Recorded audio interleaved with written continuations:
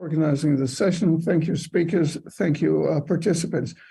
This is obviously an important topic worldwide, but Europeans have taken the initiative. It's about the relationship of the infrastructure providers, ISPs, with the people who are using the networks, content providers, applications providers, CAPs. There is, in principle, nothing new and unusual about this situation of infrastructure versus users. It's always been there. The railroads and the farmers have fought it over in the 19th century in the United States. That actually led to federal regulation and state regulation of infrastructure. Cable companies with the content networks are constantly fighting over rates, electric transmission systems and power generators, gas pipelines with gas producers, et cetera, et cetera.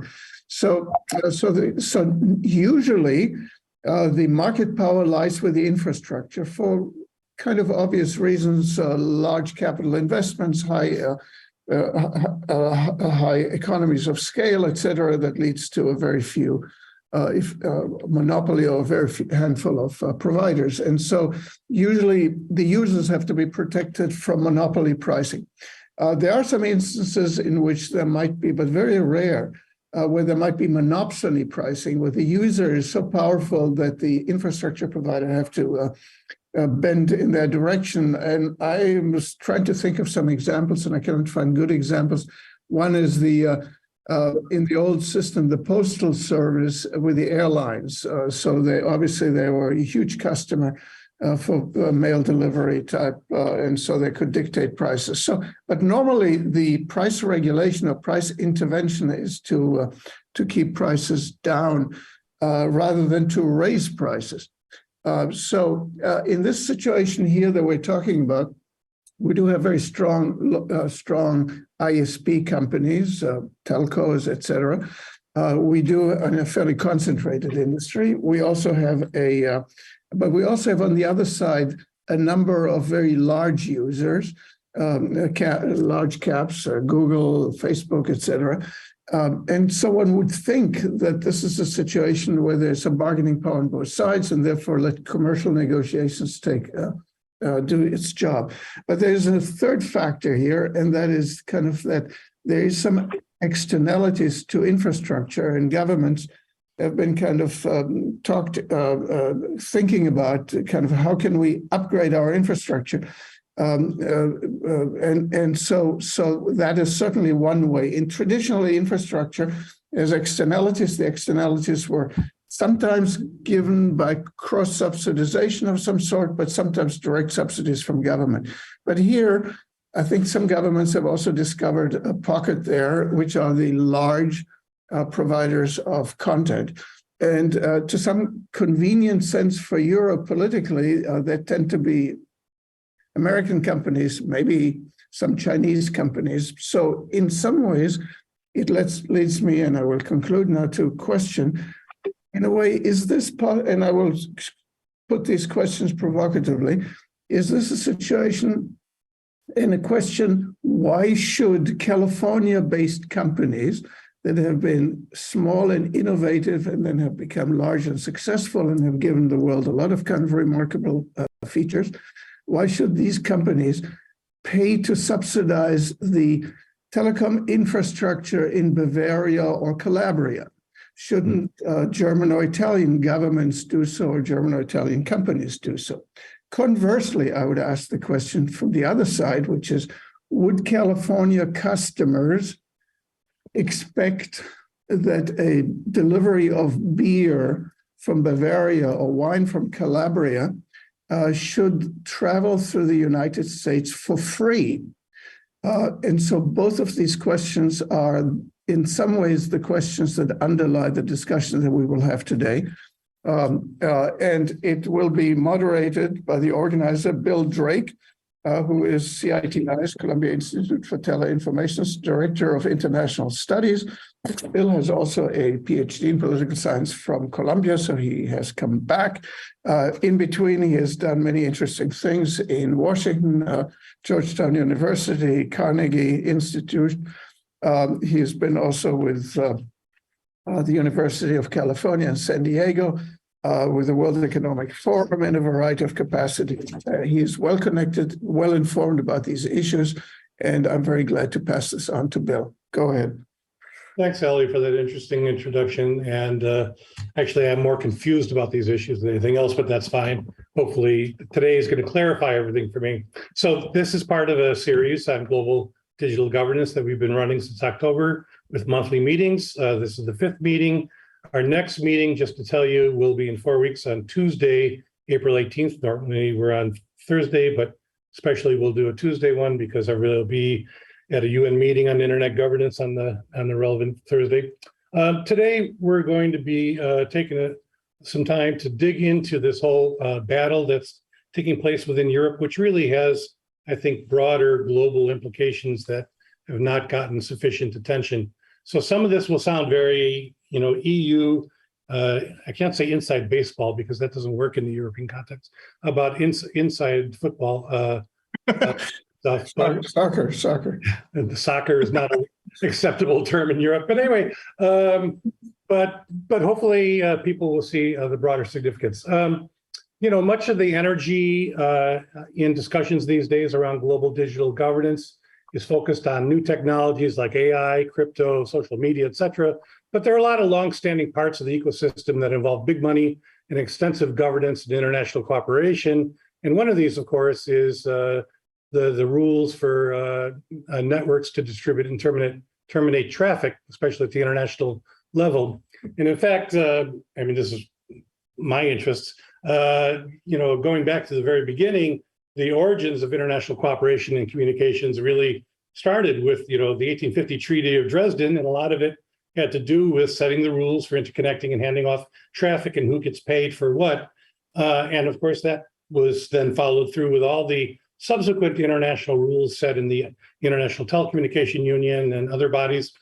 And this was, the work in particular of national monopolies that were governmental entities, ministries of post, telegraph, telephone, PTTs, and later their private counterparts in weird countries like the US. And then in the 60s, we had the International Accounting and Settlement System, which was even more ornate in its rules and bureaucratic procedures. But all of it was based on the notion that the sending party network would bill the customer for outbound traffic and then make payments to the inbound network for transit and termination. So sender party network pays, SPNP was basically the broad concept. And this prevailed for a very long time until the late 1990s, when this kind of cartel-like uniformity was broken apart by liberalization, privatization of the PTTs, the entry of the WTO to the space, and so on. The internet, of course, was always fundamentally different in the way it did things. For the 1990s, for the emergence of commercial internet, large backbone carriers peered with each other, tier ones, to exchange traffic without negotiating compensation based on volume, and just worked on a system of sender keeps all. The smaller ISPs paid for transit to reach the whole internet. And of course, over time, the internet topography evolved and changed with the arrival of internet exchange points and other means of collecting and distributing traffic, and then evolved even further with the growth of industry consolidation, the appearance of content delivery networks that flattened the net and reduced the demand for transit, all kinds of things. But the point is that this model of peering and interconnection was key to the internet's uninhibited growth and role as a growth pole for innovation without permission. But this has become challenged today. This once comparatively unexciting realm of interconnection has become the focal point of a huge global debate within the EU that may have significant implications for the world. European public telecom operators, or telcos, have been arguing for at least a decade that compensation from their customers was not enough to do the investments they need to make in broadband, and they should receive compensation from the originators of internet traffic. This question shot up the agenda internationally in 2012 at the ITU's hugely contested World Conference on International Telecom, WICIT, in Dubai, where thousands of delegates, including myself, gathered to debate the revision of the International Telecom Treaty and decide what should be applied to the internet. And it was quite a battle, I would say. And in that heated environment, the European telcos coordinated in ETNO, the European Telecommunications Network Operators Association, to propose global treaty language saying, and I quote, operating agencies shall negotiate commercial agreements to achieve a sustainable system of fair compensation for telecom services and, where appropriate, respect the principle of sending party network pays. So this is the complete opposite of the traditional internet interconnection kind of model. They were opposed by the body of European regulators for electronic communications in Europe, Berg, and a global multi-stakeholder pro-internet coalition. And ultimately, the proposal failed, as did the whole negotiation. It was the biggest diplomatic catastrophe in the history of global communications. But anyway, now we have a renewed campaign. South Korea implemented a version of sender party network pays in 2016 and a targeted Netflix law thereafter. In 2021, 2022, European telcos began to push again to receive payments in exchange for terminating traffic, focusing their fire in particular on large content and application providers, CAPs, that happen to be based in the United States, from whom their customers request a lot of bits. And they've coordinated through ETNO and some other industry associations to advance this agenda. And the EU's digital commissioner and ex-Francie telecom CEO Thierry Breton has been a leading voice for digital sovereignty and a critic of US big tech, has been enthusiastically welcoming the proposal, and other parts of the commission have endorsed or seemed very open to it as well. And some members of Parliament, the European Parliament, and civil society groups demanded a more open discussion, as did Berg, the regulators. And so now we have going on right now a 12-week public consultation that ends May 19, which is not just on this issue, it's a broader look at how Europe should configure itself in the digital environment. But this is certainly an important part of it, and the questionnaire that was distributed is quite telco-friendly, I would say. But it's a huge battle going on, kind of a single issue mini wicket that involves all the players in the internet ecosystem. So it's very consequential, and we want to explore it. And to do so, we have a panel of leading expert participants in the debate, 3 people from Europe. First is Rudolf van der Berg. He's a partner at Stratix Consulting, the leading telecom and digital economy consultancy of the Netherlands. Previously, he was a regulatory affairs manager at Tele2, a senior policy advisor at the OECD, a management consultant at Logica Management Consulting, and a policy manager at the Dutch Ministry of Economic Affairs. Michael Kende, he's joining from the Netherlands. Michael Kende is joining from Switzerland. He's a senior advisor for Analysys Consulting and a digital development specialist with the World Bank Group. Previously, Michael was chief economist at the Internet Society and a visiting lecturer at the Graduate Institute for International and Development Studies in Geneva. He's the author of several important white papers on IP interconnection, as well as a book called The Digital Handshake. And he was a MIT economics PhD and knows the way this topography works well. Finally, Maarit Palovirta is Senior Director for Regulatory Affairs at the European Telecommunications Network Operators Association, ETNO, mentioned previously. We're very happy that she was willing to join us and explain the telco positions. Previously, she held management roles at the Internet Society and in Cisco Systems, and worked in well-known Brussels-based consultancies, and she's coming from Belgium. So we'll do 5 or 6 rounds of questions with Tour de Table and a little back and forth, hopefully, and then we'll open it up to discussion. I see a lot of people in the room who know a lot about this arena, so hopefully we can have a good open discussion after the panel. So that's the agenda. Let's dive in. So let me start with the first question. And I guess, Maarit, it makes sense for you to take the lead on this one.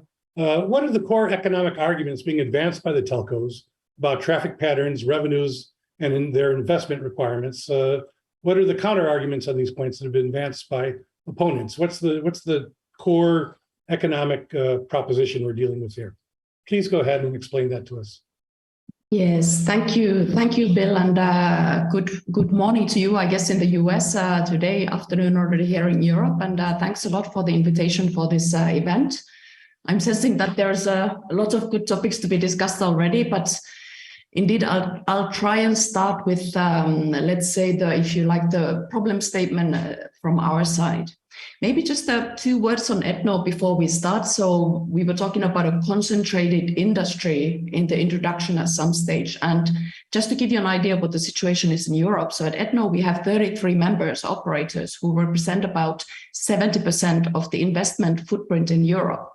But due to the state of the market in Europe, we actually do have hundreds of operators in Europe, and you could say about 100, let's say, good size operators. So the market is not perhaps as concentrated as it is in the US. But that aside, so going into the problem, so for us, this is really a problem about investment and investment gap and return on investment from our point of view. And the challenge is really with private investment in telecoms markets. So you may know that in Europe, we have quite a lot of public funding available, but that's not where we see the issue. And just to give you some idea on the investment numbers, so in 2021, operators in Europe invested some 56 billion euros on networks, and that was actually a record high since 2016. So you would think that things are going fairly well, but then when you look at the private investment per capita and compare that with, for example, the US, so this only represents 2/3 of the investment that you guys are having in the US, or less than a half of the investment in Japan. And if we're continuing at the current pace of investment, we have an estimate that about 45 million Europeans will not have gigabit connectivity by 2030. And as you know, in the US, that's a clear political priority, and that's also the case here in Europe. So there is a coverage issue still in Europe, number one. So then when we start digging into the investment challenge, what is behind there? So maybe the first thing I would like to raise is the data traffic volumes. And this is, of course, something that has come up in the discussion a lot. We have seen an exponential increase in data traffic volumes. And we don't see from our side, an end to this trend. We have great new content coming up, new services, apps, metaverse, and what have you, higher definition video. So we expect that the growth will continue. And because of these data traffic volumes, operators, of course, have to continually invest also in capacity, so redimension networks, upgrade networks, etc. And so here we come to the capacity issue. So there's a coverage issue, but there's also then a capacity issue. And here's where you may say, but hey, well, you're operators, so that's your job, isn't it? So, you should just make it happen. Well, ideally, that would be the case. However, in Europe, and it was already referred to, I think we do have quite a specific regulatory framing in the area of telecoms. So we are subject to regulation, including very specific pricing regulation. So telecom operators' prices are regulated partially at the wholesale level, but also at consumer level. We have a competition policy that is quite clearly against mergers. So as I said, market is very fragmented, and at the moment, we do not really see any possibility to increase economies of scale, let's say organically through mergers. And then we have the regulation on the open internet, which is the net neutrality regulation, if you like.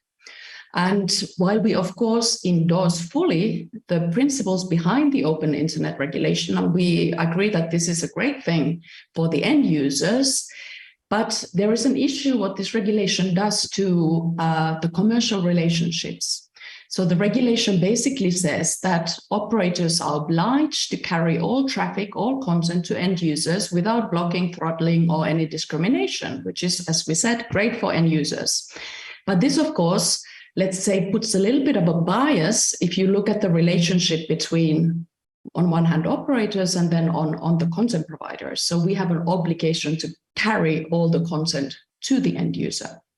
So this is where we see this kind of imbalance in the internet ecosystem, or the digital ecosystem rather, starting. So on one hand, you have operators who invest, and on the other side, then you have content providers. And here I would like to be more specific, especially the large global internet giants that extract most value out of the networks through different business models, multi-sided markets, data, advertising, etc.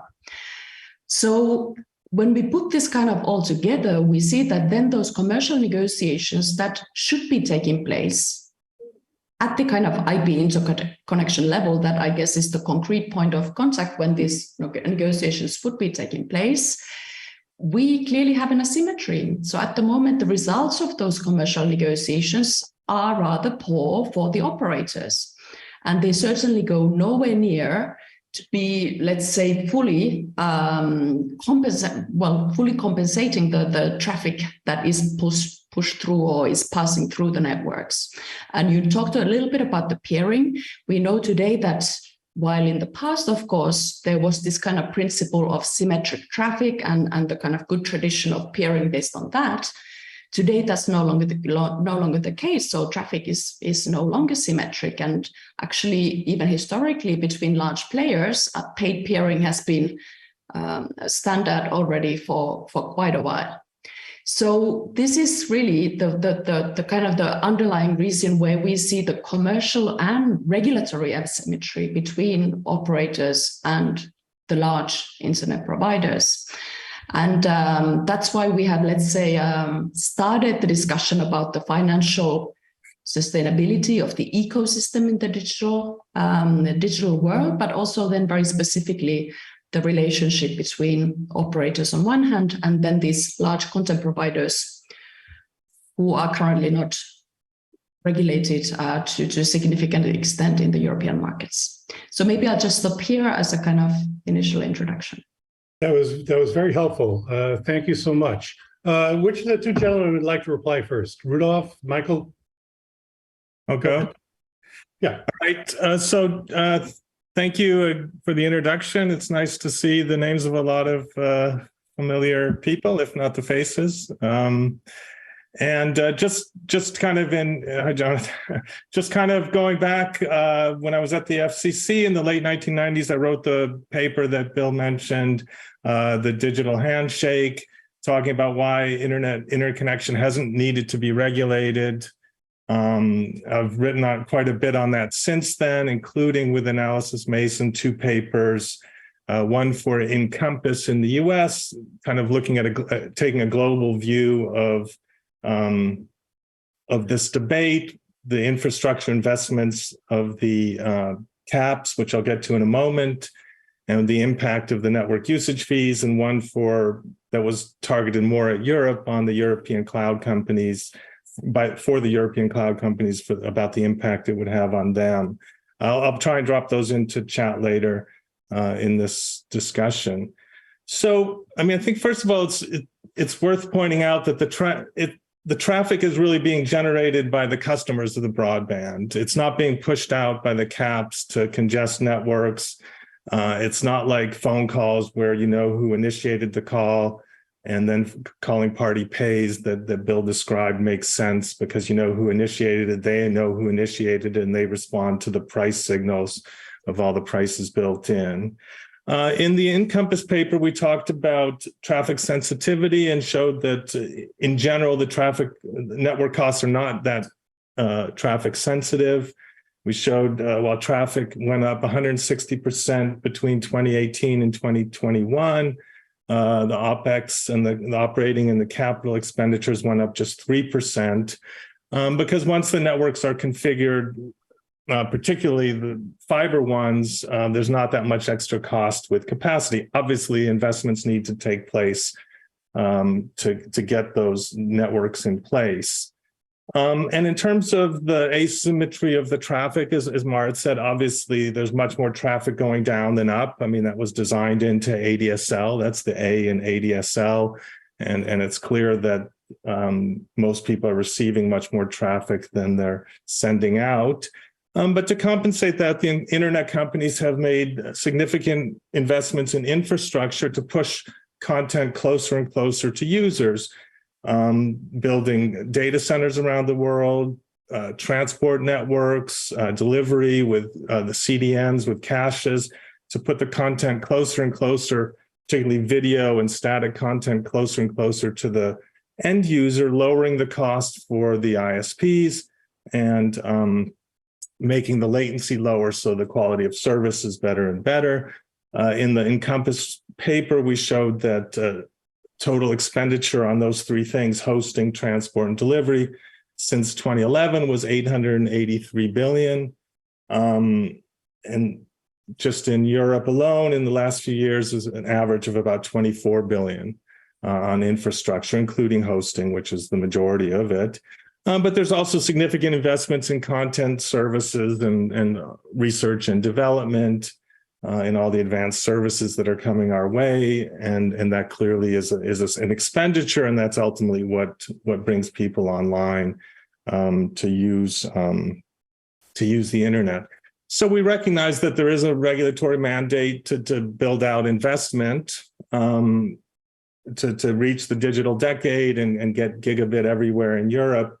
I would just argue that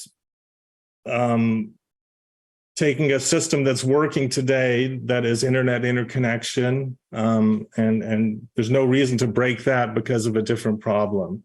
There's no reason, and we can talk about what that would do if this starts to be regulated, but there's no reason to regulate and to break one system to address another regulatory issue and challenge. So I'll pause there and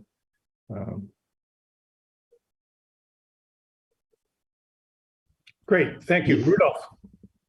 Yeah, it's funny. I've been posting some links in the chat for people to see, because this is the zombie debate that comes from the grave every 5 years or so. There's OECD meetings from 94 and 96, where incumbent telcos from Europe are complaining about the Americans already. Wolfgang Kopf of Deutsche Telekom was very angry about unlimited traffic in 2001, giving about the Americans even then.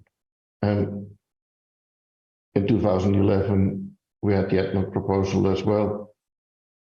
The main problem with every time is that the incumbents never provide any real data.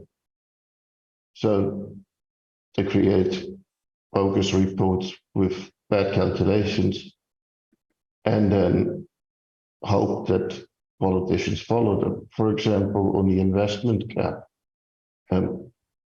ETNO publishes a really nice report, partially written by Analysys Mason, on statistics for Europe, the digital, or what's called again, ETNO State of Digital Communications.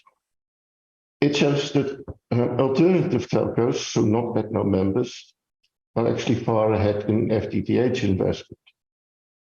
So the reason some places in Europe, such as Germany, are behind in FTTH investment is because their incumbent hasn't done much. Most of it came from alternative providers. But there are other places, like Spain now has 90%, 80-90% FTTH. France is almost done finishing a national project to fiber up all rural areas. And its incumbents have also invested. Orange is 1 million homes behind. There's a bit of a fight about who needs to pay for them. But literally, French villages see a digging crew show up on Monday, and on Friday, everybody in the village has FTTH, and all the copper has been disconnected. That's the kind of stuff France is good at, and they have achieved. If we then look at the traffic, every EU telco and Berg has said that EU networks handled COVID traffic increases really well. We just heard about exponential growth in traffic. Well, that's a mathematical trick, because when something grows, you can always put an exponent to it, but it can be very, very small. So actual average traffic growth, according to KPN and BT, is 21% per year. But the traffic per user, KPN budgets in its wholesale offer, is 6 megabits. So here you are, big telco, building a fiber optic network with which you budget 6 megabits of traffic for and 21% growth. So all of the Netherlands, 8 million homes, fits in 48 terabits. That sounds like a lot. But if you know that Nokia now builds a router, a European designed and built router, that handles 230 terabits. that the nice people in Belgium of Proximus actually built their networks around 100 terabit routers. And, smaller countries, so they have like 36 terabits. A single box could handle the whole country. Of course, no smart person should run the whole country through one single router. Please do that through multiple locations and redundancy, etc. And of course, nobody should send all traffic through a single box. Of course, you do local interconnection. Of course, you do local caching. We're not idiots. Keep this stuff local, and you don't have to do the backhaul either, which is why some EU telcos, such as KPN, have local caches, like every 30 kilometers has a local cache for Netflix and stuff, because it saved their wholesale department and the networking department money. It costed their wholesale department money because they wanted to have cost. And one final nitpick, peering has never been about symmetric traffic. Not any time in history has that been relevant. It's about how much you save on transit. And smaller networks, because the internet is 75,000 networks, would generally pay more for transit. So they would benefit the most. And it's not about what direction it flows, because you pay always. When I started my work at an internet exchange in 2001, we paid 10,000 euro for 2 megabits in the east of the Netherlands. When we got an internet exchange, it dropped to 2,000. That's a lot of savings, but it didn't matter which direction it went. So there's a lot of misinformation. There's a lot of incompetence. But the reality is, if you can't handle current traffic loads, if you complain about traffic and say it costs you too much, you haven't looked at your firm's investors' presentations, because both Vodafone, BT, Orange, and all others have said that they can handle traffic loads really well. Vodafone even has a slide saying, traffic is growing fast, but costs of traffic are falling faster. Wait a minute. So the reality is, oh yeah, and also the reality is incumbent telcos charge. Orange, ARCEP, the French regulator, says that transit costs in France are around 10 to 20 cents per megabit.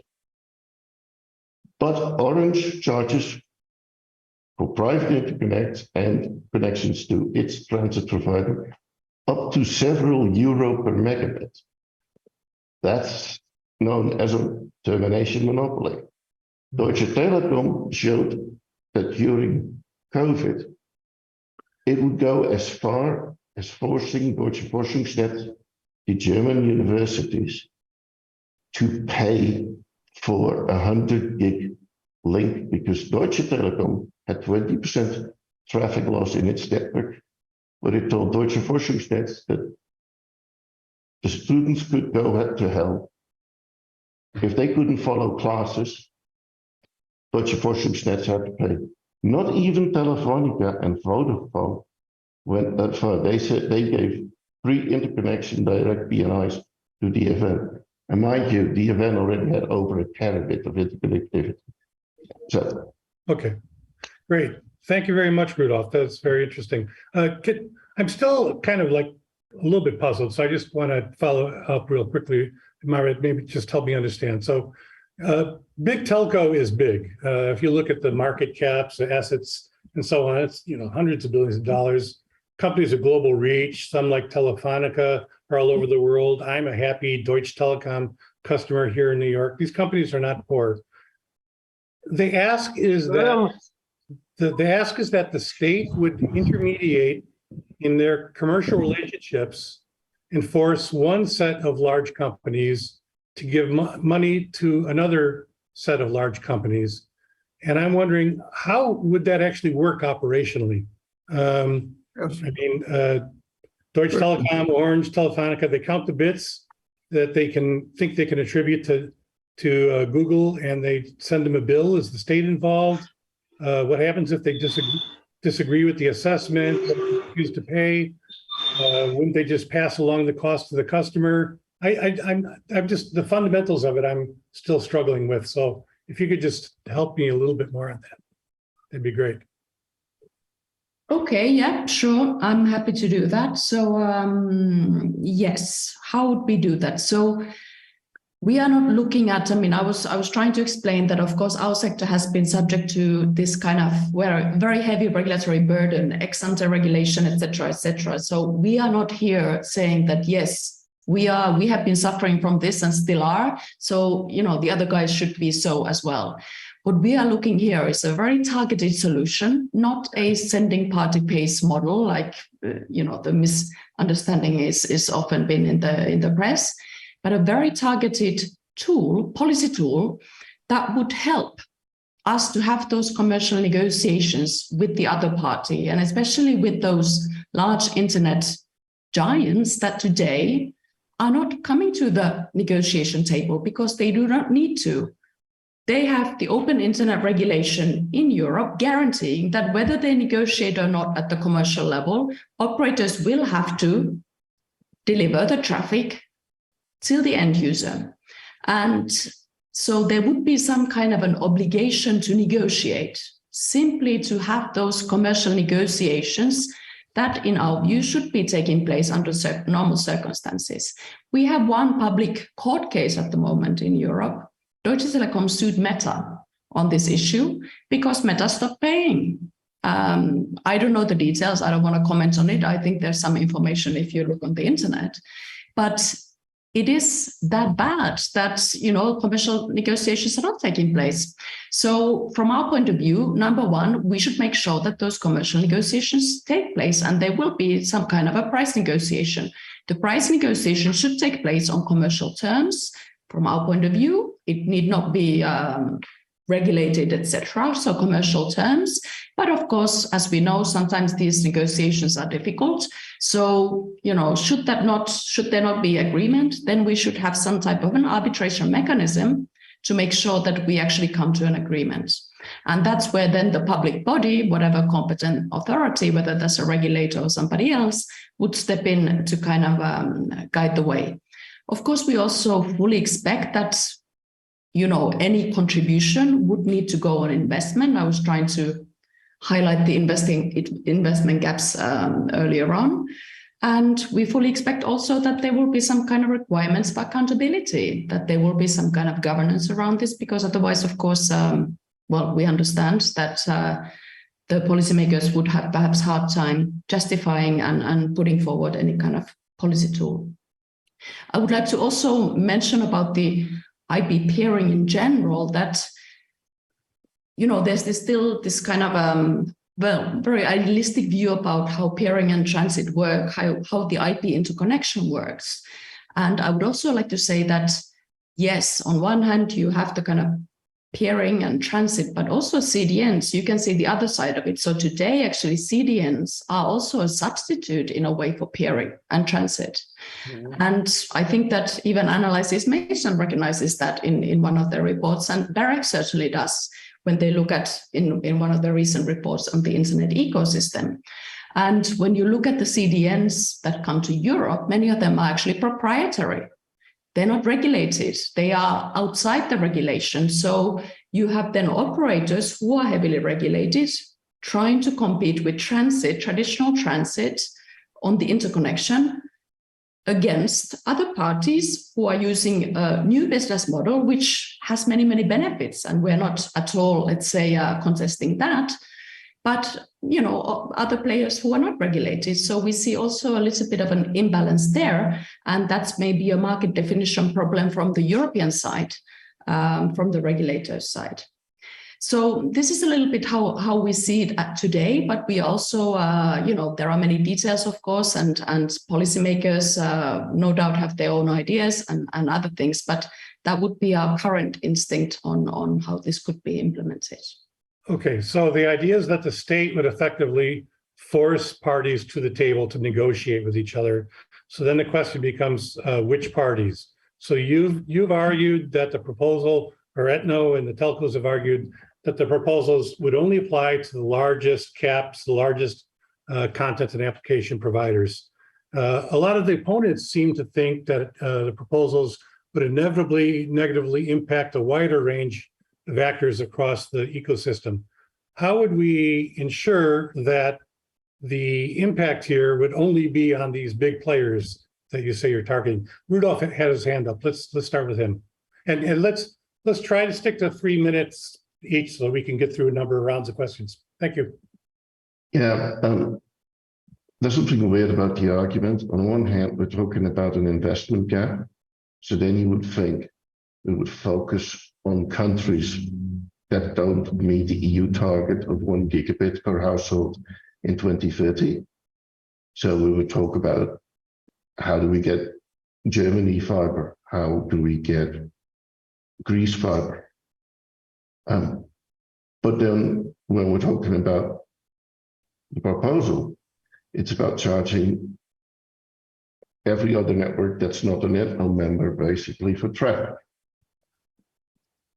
And also forcing them to negotiate, which is a weird thing because the internet is a network of interconnected networks, 75,000. And as also present in telephony, there's transit parties. So you can't interconnect with everybody directly, so you can also buy transit.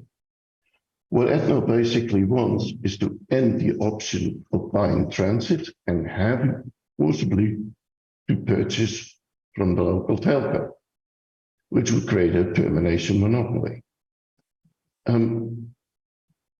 In Germany, Meta basically took up Deutsche Telekom on its threat and said, well, you say that we're a transit customer, so we stop being a customer and we cancel our contract and we'll buy transit from somebody else. Somehow that's not allowed. So it's only allowed to pay directly to Deutsche Telekom, and Deutsche Telekom doesn't feel that it needs to handle transit through another route. So it's now trying to force Meta to stay a customer, which is weird, you know, because either you're a customer and you can leave, or you're not a customer, but then somebody is exploiting a termination monopoly. And this makes it really hard because on the one hand, the telcos say this is necessary for our investments, but why would we pay Telefonica then when they're done with FTTH investment? Why would we not all pay the Greeks to actually get fiber everywhere?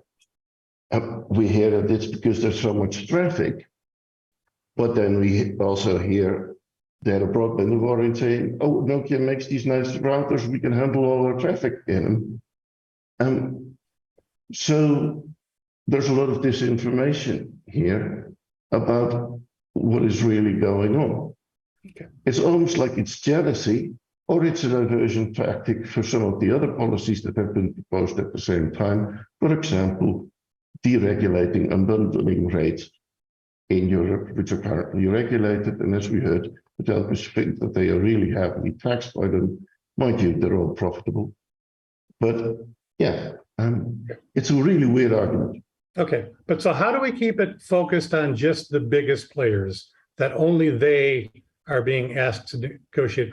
Because lots of people are using Amazon cloud service. I mean, there's a lot of other players that could be. I read people from the public broadcasting world saying this is going to impact us in Europe. So how do you keep it tightly focused?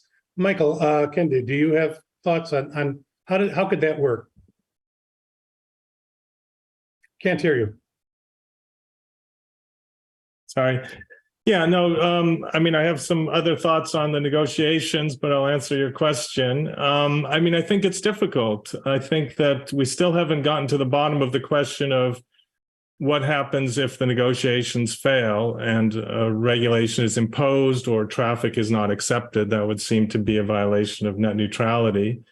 But I think also, as you alluded with Amazon Cloud, you know, some of the biggest companies have CDNs, proprietary or not. Some of them are cloud companies, And we're all customers at the end of the day of cloud companies. Broadcasters use them to deliver traffic. Governments use them, gaming companies, small content providers. And to the extent that the network usage fees are higher than would be negotiated, there may be less investment in CDN or infrastructure. There may be less investment in content, or prices may go up, and that will impact, ultimately could impact everyone using cloud services. So I think that's the answer. If it really focuses on the largest and that includes cloud content and cloud traffic, then it will impact anyone using the cloud at the end of the day. So Maarit, how do you avoid that? Yeah, just to maybe say on the net neutrality. So of course, in this negotiation scenario, if negotiations fall through, we are still subject to the net neutrality regulation. So traffic keeps on going. This is a parallel scheme that we are seeing, and the European Commission on many occasions have publicly actually confirmed this, that net neutrality and this fair contribution, fair and proportionate contribution, which is now enshrined in EU policy, are in fact parallel initiatives. But on the scope, how does that work? How does that work? Maybe I don't understand network neutrality anymore, or maybe I just don't understand it in the EU context. You're saying some originators of content shall be treated differently from an economic and a technological standpoint, but that's consistent with network neutrality. Well, the EU regulation says, as I said earlier, that all traffic should be delivered to the end user, and that would not change without discrimination. So all traffic would be going to the end user. But the net neutrality regulation, of course, doesn't, the commercial negotiations are not really in the scope of it as such. So then you can talk about the principles of net neutrality, of course, beyond the EU regulation, but that's where we've been, at least in the public discourse, also heard the European Commission drawing the line. But on the scope, so we do see that data traffic volumes is a key determinant. So clearly those companies who are actually, generating, if you like, most data traffic, or originators of most data traffic, that's one criteria. But we do think also that there should be maybe some other criteria, and some of you may be aware of the recent EU regulations on the Digital Markets Act, Digital Single Services Act. And there, for example, there are criteria that are looking at the footprint in Europe. So companies that are present in 3 or more European countries. I think there's some economic indicators, so turnover, etc., etc. So I think that it's absolutely in nobody's interest to have spillovers to companies that are not the source of the problem. And I'm also wanting to touch here on the asymmetry. For example, at national level, we of course have important players, content players like broadcasters and what have you, national public broadcasters. But they're typically, the relationship, the commercial relationship is more symmetrical. So there are probably very tough commercial negotiations taking place, but there is a result. There are negotiations taking place. So our members are not seeing a problem at that level. It's really at the level where we see this market asymmetry. Okay. And just to maybe just one more comment on the points that it's only ETNO members benefiting from it. That's not at all true. So we have been very clear that we would like the whole ecosystem to benefit from this, small and large operators. And you will have seen certainly public statements from very different types of operators, network operators in Europe in support of the initiative. So we do believe that there's a way to make sure that the whole ecosystem benefits. There have also been statements from smaller ISPs and so on saying they don't need this. So that's confuses me, but okay, I take your point. Michael, were you trying to get in on this, or Rudolf? Rudolf. I just wanted to point out very briefly that, I mean, there is paid peering that comes out of negotiations. And I think RCEP keeps track of peering arrangements. They have annual or biannual report, and I think the last one said that something like 42% of traffic goes under paid peering. Now, it's clearly not enough to pay for gigabit networks to every rural area of France, but that's not typically a part of the negotiations. And again, I think that's something between the operators and the EU that's the ones ultimately asking for those networks and asking for them to be built. And putting it into interconnection is a roundabout way and that will impact a system that's been working very, very well for the past 30 years at what it's meant to do, and it's meant to deliver traffic, not pay for new infrastructure investment. Mm-hmm. Thanks. Okay, Rudolf. Yeah, one of the things that Maarit just did was misrepresent what the EU actually agreed. The EU agreed that all market actors benefiting from digital transformation will assume their social responsibilities and make a fair and proportionate contributions to the costs of public goods, services, and infrastructures for the benefit of all people living in the EU. So it's public goods, services, and infrastructures that should have a fair contribution. So it's not just infrastructure who needs to get some money. And as a result, this whole debate gets distorted into just being about infrastructure, but people do pay. Network, CDNs, etc., do pay. They save telcos a lot of money. CDNs were actually invented to replace caches in the 2000s that telcos invested in to save on traffic costs.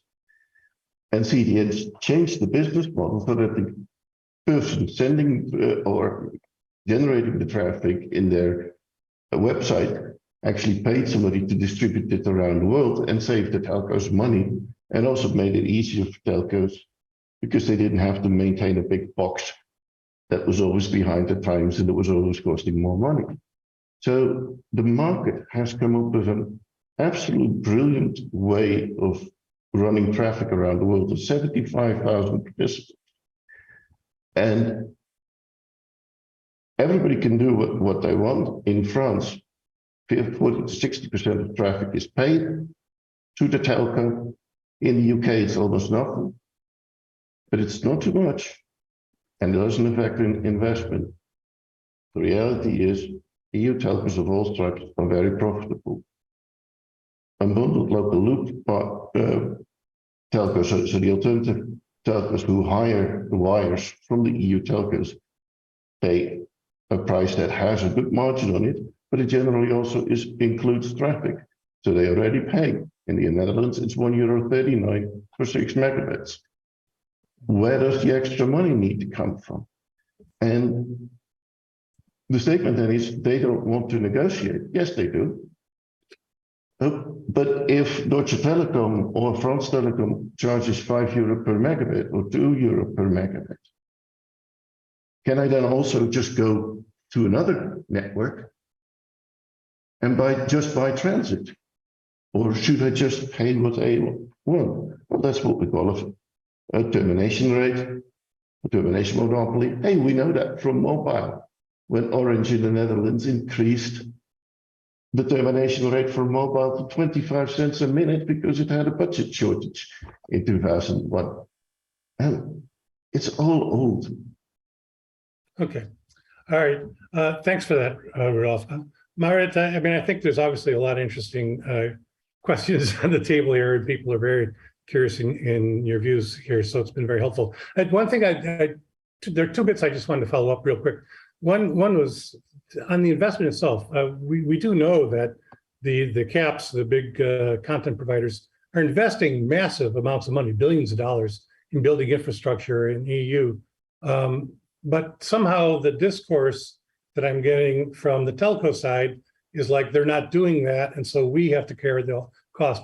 I'm not understanding why their investments are not being counted as relevant here. The other part, though, I'm really not understanding is you insist that this is not sender network party pays, but that's precisely what ETNO proposed in the wicket negotiations verbatim. How's this different from that? Who, if it's not the sender network party that would be paying, who is it that would be paying? I'm not understanding that.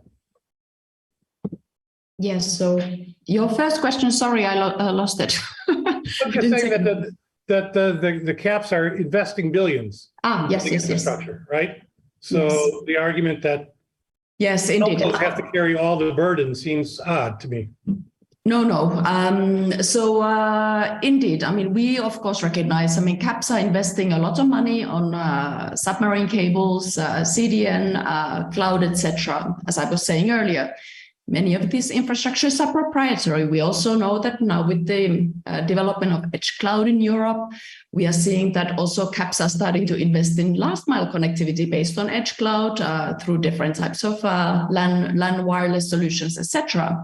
So effectively, caps are, of course, investing in the connectivity market. I mean, I'm making here a differentiation between network investment and cloud investment, which of course supports connectivity, but we in Europe at least don't count it as networks. But the big problem here is that because of the infrastructures are proprietary, caps are not currently regulated at all in Europe. So we have price regulation on the traditional vertically integrated telco in Europe. We have different types of regulation now, I don't want to repeat it. And at the moment, these newcomers, if you like, are not subject to the same regulation. And you may say what you want, but of course, regulation, it is a cost. It does, limit your availability to invest, but also to innovate. And that's just the bottom of it. And this comes in different shapes and forms in Europe, but that's really where we see the symmetry. Mm-hmm. And how is it not sender party pays? Yeah, so so there was a discussion in 2012. I wasn't, unfortunately, part of the discussion back then, but we are not here looking at the blatant kind of blanket sending party pays thing. As I was trying to explain, this is a very targeted approach, trying to address those pain points that we have in the commercial negotiations.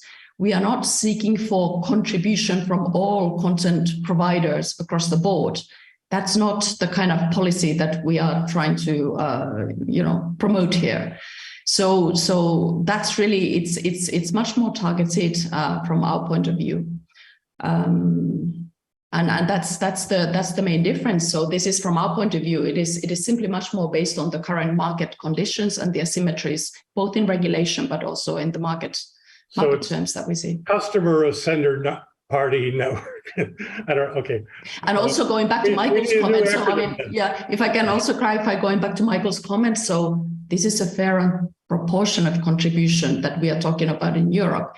Network operators want to remain the primary investor, of course, in networks. I mean, it is not that there's some kind of a lookout for massive, majority investment in networks. No, it is recognizing that these guys in the European context should play a role and contribute because of the circumstances and the regulatory framing. Okay, so I want to move towards the open discussion part pretty soon because we have a lot of people chatting in the chat, which shows a lot of interest on the part of the broader participant pool here. I just want to ask one last question, kind of synthesizing some of the points we'd asked. What do we expect? What are the prospects now for what's going on with the European Commission? I mean, I remain puzzled that the former CEO of Orange is in a position to make a decision about what happens with Orange. But more generally, I'm not understanding, how do we see what's going to happen in the EU? What's the prediction of what's going to happen in the EU, and how might that impact the broader global internet?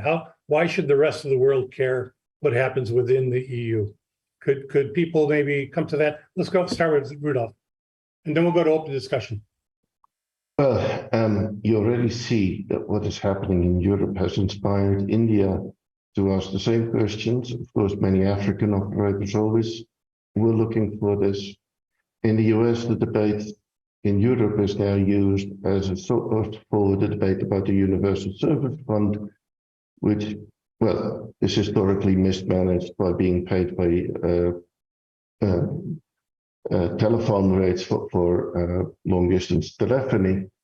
And there's proposals that this then needs to be paid by big content. Also argued that Europe is debating this as well. Well, no, that's not what we're debating. So what the effect of this will not be that big tech will be charged. Everybody will see this.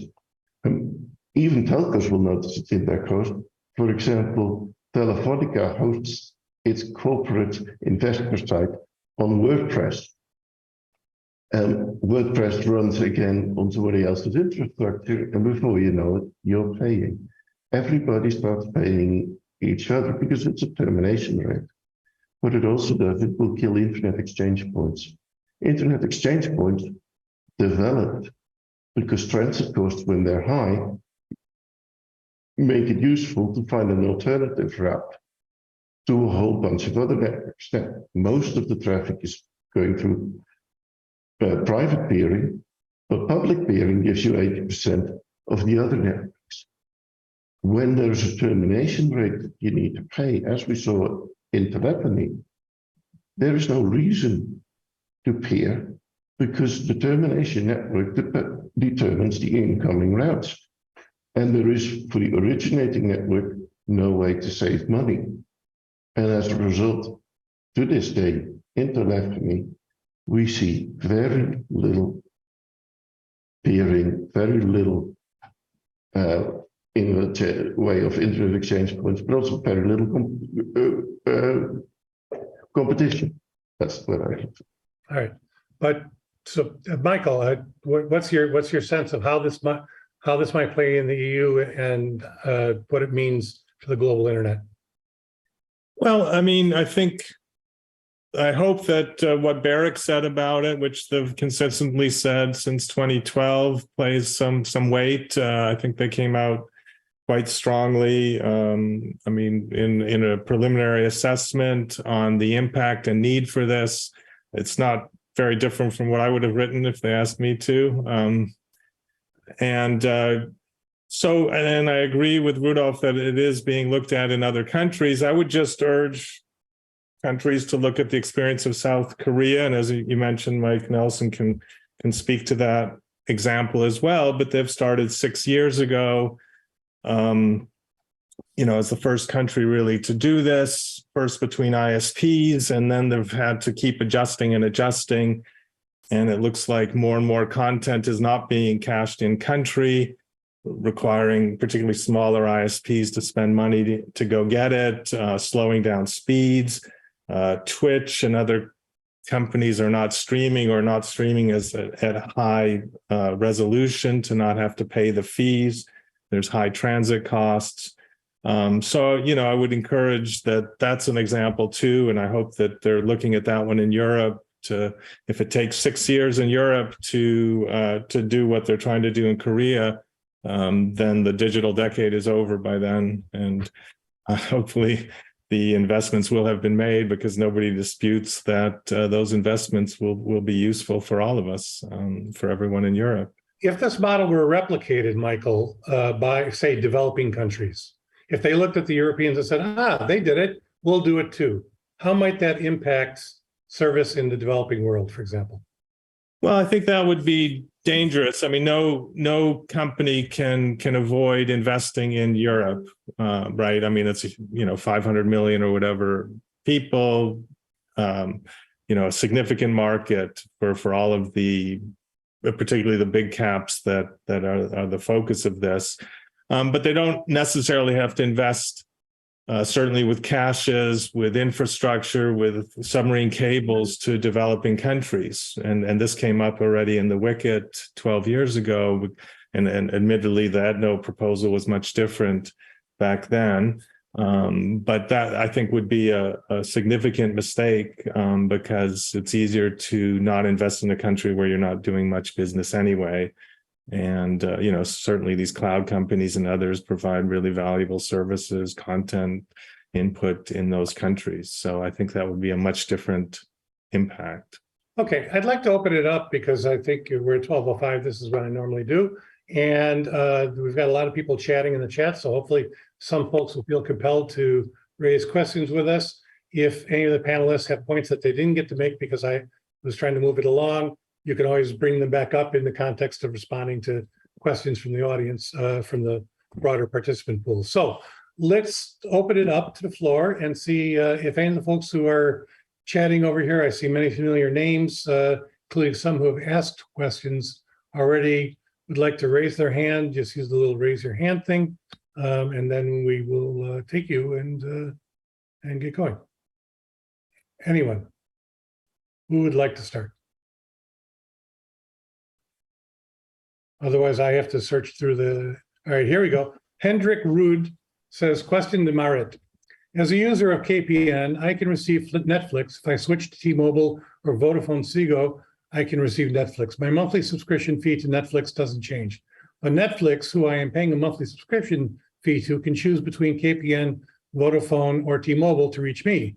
So when Vodafone would double their fair share gigabyte per month volume fee, should Netflix then charge me a higher monthly subscription fee to signal to me which of the access networks is the more volume fee expensive one, if you understand that question? To be honest, I'm not sure I do, but I do understand it's a question about prices, I guess. Listen, I mean, everybody's facing upward kind of going pricing pressures. I mean, our sector is facing it. I believe the content providers are facing it. I think Netflix already in the last 6 months raised their prices quite a lot. Telco prices are also going up in places. It's an ecosystem. And I think that there are costs and somebody has to cover the costs. And it is, again, for policymakers to decide effectively what is more important, universal connectivity or content, entertainment content that is very cool, very nice. We all love it. But that's just it. And I don't think that this is a decision that necessarily we will take, but certainly this is a question of costs. Mm-hmm. No, that's not the question. The question was, if I as a consumer can choose between a number of access networks, the content from my Netflix subscriber can't choose, because if I move to another provider, they have to send their traffic to that provider. Now, if one of the providers, because I assume there is not a joint negotiation with the content industry. So if Vodafone Ziggo raises their fair share fee to a content on an access provider, should then my subscription per month, which is now €8 for Netflix, go to 10? And so I can see as a consumer that I could better stick with KPN because they don't charge that high fee. Okay. To Netflix. Listen, I don't think that we've discussed this in such detail, but I don't see this playing out like that. If there should be something, I see this as an EU level policy whereby somewhere along the lines, the traffic volumes and the different determinants and what have you would be averaged out at an EU level. And I can't talk on behalf of Netflix, but would be very strange if they would be, you know, charging different prices per different operator. I don't see that would be the way it goes, but maybe I didn't understand your question correctly. But no, this is already very helpful, because you effectively are planning for a more or less uniform sets of fees then. So it will not be one access network negotiating with a content. Yes, provider. It will be. But well, we don't know. I mean, we know nothing at this stage. We don't have a policy initiative. We have nothing. But in our conceptualization, we are seeing that the lightest way to do this would be based on existing commercial negotiations. So yes, you have a point. It would be company, facing company negotiation. But then how the costs, because this would be then assumably happening with many companies.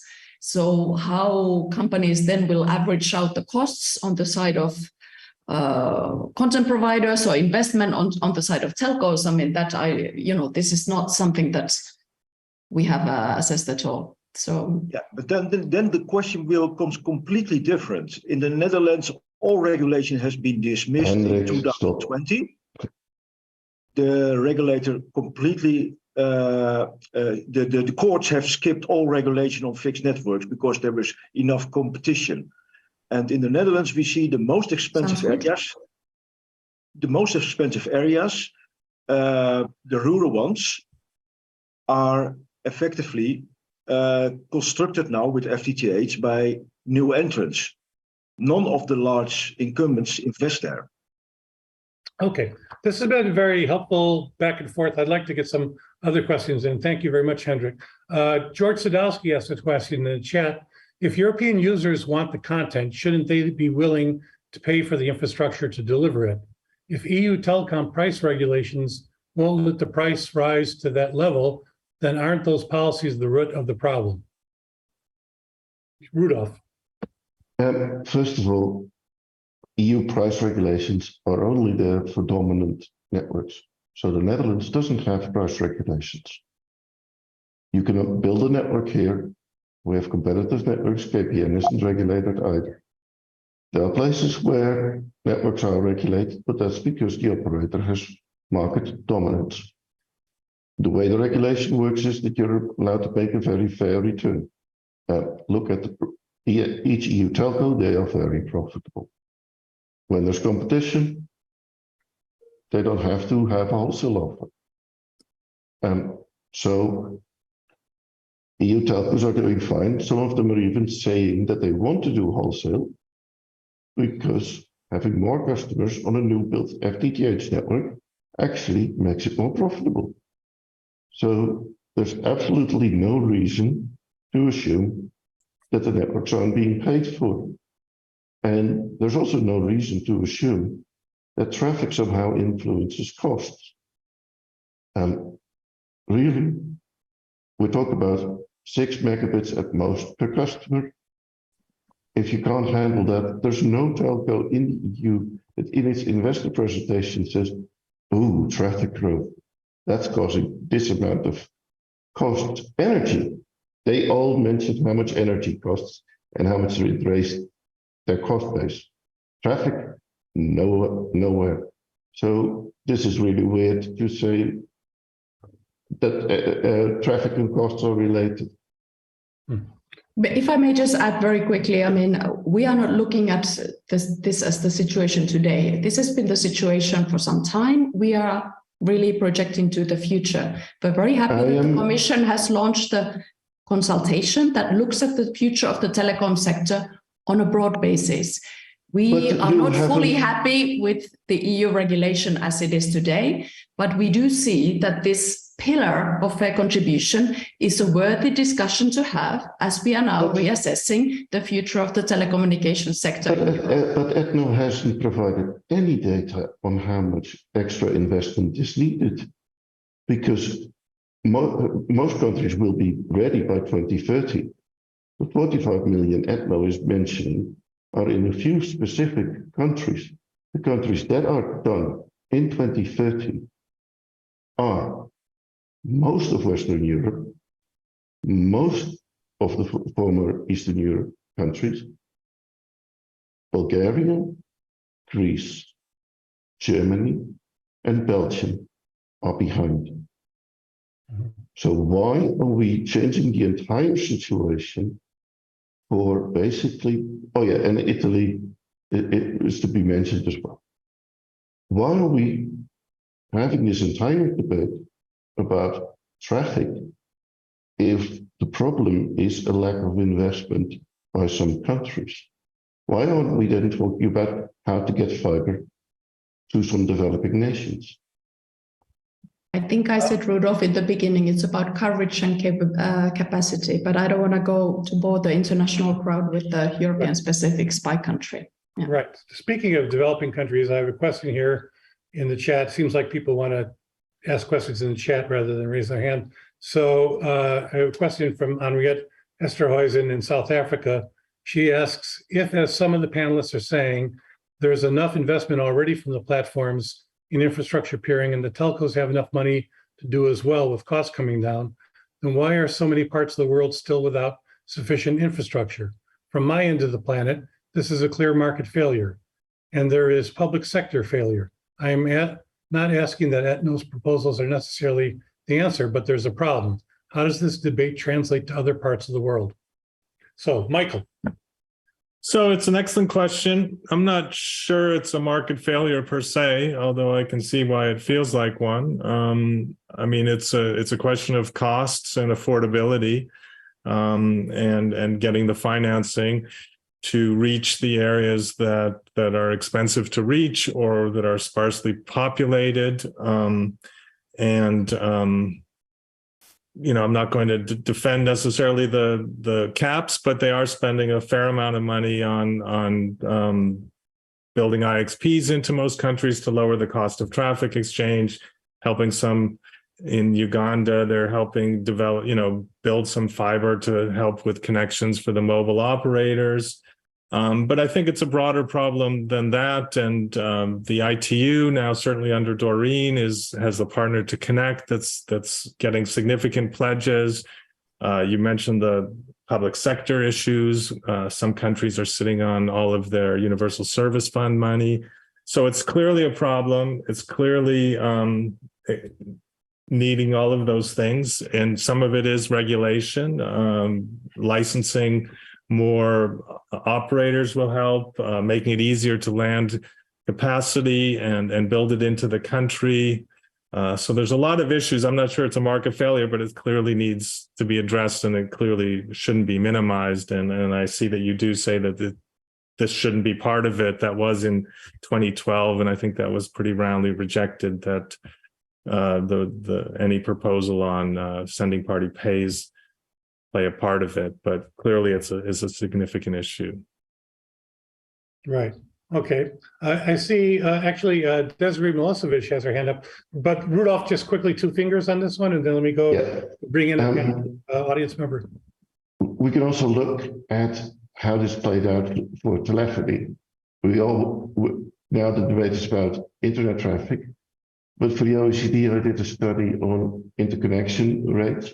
And what we saw in India was an excellent example. India dropped its rates for mobile and fixed telephony to some of the lowest rates in the world. And as a result, the build-out of networks, both nationally and to the rest of the world, was actually stimulated. It gave India its call center industry and all kinds of other things happening there. Pakistan did the exact opposite and raised the rates and actually saw less investment, less build-out. Interconnection rates have never stimulated rollout. They've had the exact opposite every time and again. And when you have investment problems, there's often national situations. And yes, sometimes aid from Western countries should be an option. If we need to help Africa, let's put a fund together. But what we saw in recent years is actually 10 cables, I think, built to various parts of Africa now. There's so much capacity to Africa that the big question is now, how do we build it in the countries? Not how do we get it out, how do we get it distributed? And that's less to do with the rest of the world and more to do with local situations. Okay, great. Desiree Milosevic, nice to see you. I don't know if you're in the UK, Serbia, somewhere else, but anyway, please ask a question. Thank you, Bill. I just landed. Hello from Berlin. I was in New York last night. But anyhow, just to ask further the question, what are we talking about here is some unclosed amount that needs to be negotiated. I'd just like to say that the cooperation working group at RIPE also is looking at this problem. So we're having parallel discussions, and I'm enjoying this panel. My question is really to ETNO. Do they then see that there will be some kind of universal service obligation on telcos to provide gigabit broadband to all rural places in Europe? Or how do you see this money being spent that is potentially negotiated? Shall I just take it, Bill? Thank you. Desiree, nice to hear from you. Listen, I mean, we in some countries in Europe, there is already universal service obligation. Sometimes this is imposed by a spectrum auction. So in many countries like, I don't know, Germany, France, when you get a license, spectrum license, you have an obligation, universal service obligation to use that license to then deploy in a certain amount of percentage of the country. It depends a little bit on the country, how much that is. Other countries have even, I believe, universal service funds. And I've heard that, for example, in Bulgaria, there would be such a fund. But from our experience, and we've done a little bit of looking into it, they haven't typically worked very well. And from where we are sitting, actually, this new digital decade targets the European Union kind of political goal, if you like. So 5G and FTTH to everybody, well, not FTTH, very high capacity networks, which could be other technologies too. By 2030, that is, you know, it's not the universal service obligation, but in a way it is the political pledge that that's where we are going. And we certainly as operators, I mean, well, our members have been fully endorsing this approach.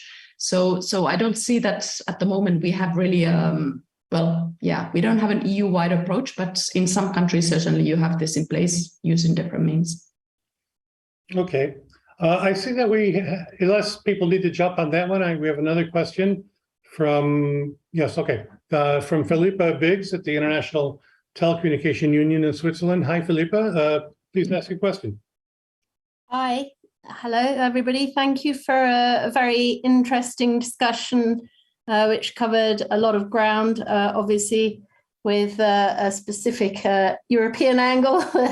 I'm asking this in a personal capacity. Where on earth is the discussion of climate change? Because having spent 3 months last summer at 40 degrees or 38 maybe, depending on where you were, I'm not, you know, this is really an issue, and I would have more confidence in the accuracy of discussions. Honestly, we need to be pricing in here the public, you're talking about public good. Well, let's talk about public damage. There are significant carbon emissions, way more than I think are known or understood, plus the heat pollution from servers and data centers. Companies, private companies like Facebook, Google, Amazon, they're all putting their data centers in the North, the Scandinavia and Arctic Circle. I'm not surprised. The ice melt is going faster than ever. I don't believe the climatologists have factored that into their models. So whilst we're talking about interconnection and charging, then it would be very important to get the climate angle in there and how we can possibly compensate for the some form of carbon offset in a sensible way. Okay. So thanks. Great, thanks, Philippa. That's an interesting spin on it. Rudolf, you have a thought on that?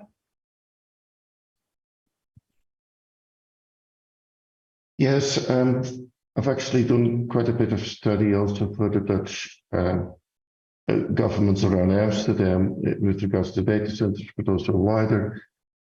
It's a widespread misconception that data traffic and energy use are correlated. There's a lot of academic research that cites kilowatt hour per gigabyte measures, which are completely wrong. Kilowatt hour per gigabyte is like measuring the energy use of lampposts by the number of cars that drive by. It's about as irrelevant.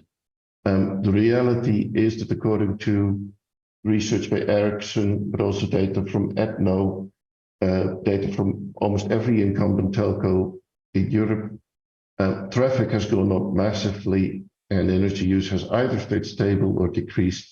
Case of KPN in the Netherlands, for example, 24 times increase in traffic, and they still use, and they now use only 60% of what they used before. And particularly when we move to fiber and 5G, we will save even more energy. Of course, if we build more 5G sites in countries that haven't had connectivity yet, we will see some more use. But a recent study by ARCEP and ADEME in France showed that they expect until 2050 stable energy use for the networks. There's debate about some of the other stuff going around that modern data centers do replace inefficient older computer centers from firms, etc., server rooms. So that's where the debate now is, like, how will that develop? But the French government last month said, well, we don't expect until 2050 networks to basically change their use in terawatt hours. Okay, thanks. We have time for one more question, then we're going to wrap up. We haven't heard from an American yet, but we have a question from Jonathan McHale, who is a longtime person at the lead person on telecom at the Office of the U.S. Trade Representative, who's now with CCIA, the industry association. Jonathan, you want to go ahead? Sure. Can you hear me okay? Yeah. Yeah, question for ETNO. If you are proposing to institute a arbitration model, what would be the basis on which you would assign costs? Are you proposing to put in a cost model, which of course we spent 20 years not too successfully doing it in telephony? And the second question is, if you figure out a way to assign costs to one set of market participants, aren't you essentially subsidizing the smaller content suppliers through payments that the larger would make? And how is that consistent with traditional concepts of non-discrimination and possibly net neutrality? Thank you. Good question. Maarit, you want to take it? Yeah, I can try. To be quite honest, I mean, the costings, I mean, we in Europe, just to make it clear, we are still debating also the problem statement. We're trying to frame the issue from our side as well. So to start discussing, regulatory or policy specifics, including some kind of pricing mechanisms, is way out there for us at the moment. So this is something that policymakers obviously would have to look at and make sure that then, as you say, that there will be no major distortions to the market. We do, of course, have to always say that, as we already discussed about the open internet regulation, for example, that any policy or regulation typically does have some economic consequences on one or the other side. Somebody benefits, somebody loses. So those are those key policy decisions, I think, that our policymakers in Europe will have to make. Okay. Thank you, Jonathan. Thank you, Maarit, for that response. It's getting to be 12:27, so I think we need to wrap this up. This has been, I think, a very interesting and productive discussion. I've participated in a number of other calls on these where the discussion tended to be slanted one direction or the other pretty strongly. This one, I think, was relatively balanced. So hopefully we heard a good exchange of views from very diverse viewpoints. Obviously, as I say, the European Commission is running its consultation now. Anybody who has open consultation, anybody who has views that they want to share with the EU really should participate in that. They need to hear from a more diverse set of players. So, all right, I'm going to wrap up and say thank you. And again, remind you that the next webinar will be on Tuesday, the 18th in April. And now let me turn back for closing thought to Ellie Noam. Ellie, go ahead. Thank you, Bill. This was a really interesting discussion, and having participated in discussions and having written books on the subject, telecom in Europe many decades ago, television in Europe decades ago, books on interconnection networks, etc. There were lots of themes here that were recurrent. So looking at, in some ways, at the broad history here, at the trend, there was a time, for instance, sees this as a discussion between over economic rents, basically, between large users and infrastructure providers There was a time, the PTT model, where the infrastructure providers were riding high in the saddle, and they were dominant, and users were not. That changed somewhere in the mid-'80s to the end of the century, perhaps, where large users were able to persuade the public to open up the system. And so therefore the large users actually had a kind of increasingly better deal than they had before. Now the question is the pendulum swinging back? The difference in each of these stages has been, in my mind, is where did government end up being? Whose ally was it? During the PTT period, it clearly was on the side of the infrastructure providers for a variety of reasons. Then came the change in the 80s and 90s to liberalization and opening and privatization, and the large users had persuaded the governments about innovation and competitiveness and efficiency, et cetera. So the question now is, who is more persuasive to bring the government on their side? To my mind, in listening to this discussion here and looking at the dynamics, it seems pretty clear that the European governments and therefore the European Union are sooner or later going to go the direction of the infrastructure providers, particularly once you identify the large users as American or Chinese large, and somehow kind of insulate European large users or medium-sized users from that levy. And so that's, I think, what's going to happen. And so the question now is, moving forward, is what are some of the issues to think about for policy analysts? One of them is, how do we deal with the inevitable incentives to vertical integration that the system will provide? Another one is, how do we deal with uniformity within Europe versus diversity within Europe on these rules? The third reason, and that's probably a political one, is how do we deal with the erosion or the reduction in consumer surplus that this new system will inevitably incur, meaning consumers will have to pay more. And lastly, the question is that kind of was just addressed at the very end by Jonathan, which is, what is the pricing model exactly that would underlie governmental interventions, arbitration, whatever it is? We cannot just wave our hands here and say, well, we'll work something out. Is it average pricing? Is it marginal pricing? Is it efficient component pricing? Is it Ramsey pricing? And are there some added levies? We talked at the end about, one of the comments was about the environmental impact. So would there be some kind of extra charge for kind of environmental defense and protection fund or something along these lines?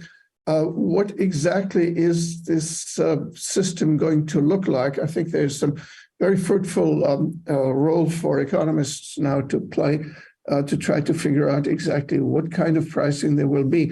Because it seems to me, based on the discussion here and on the dynamics of European and EU, that some charges will be levied sooner or later.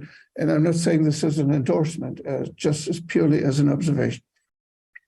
And so I'd like to thank everybody. And in particular, Bill, who's moderated and organized the session and asked the very pertinent and good questions, and to you, the panelists. See you hopefully back a month from now. Thank you. Okay, thanks, everybody. In particular, the panelists. Thank you very much for being here. Yeah, bye. Interesting session as always. Great. Thanks, Judith. Bye-bye.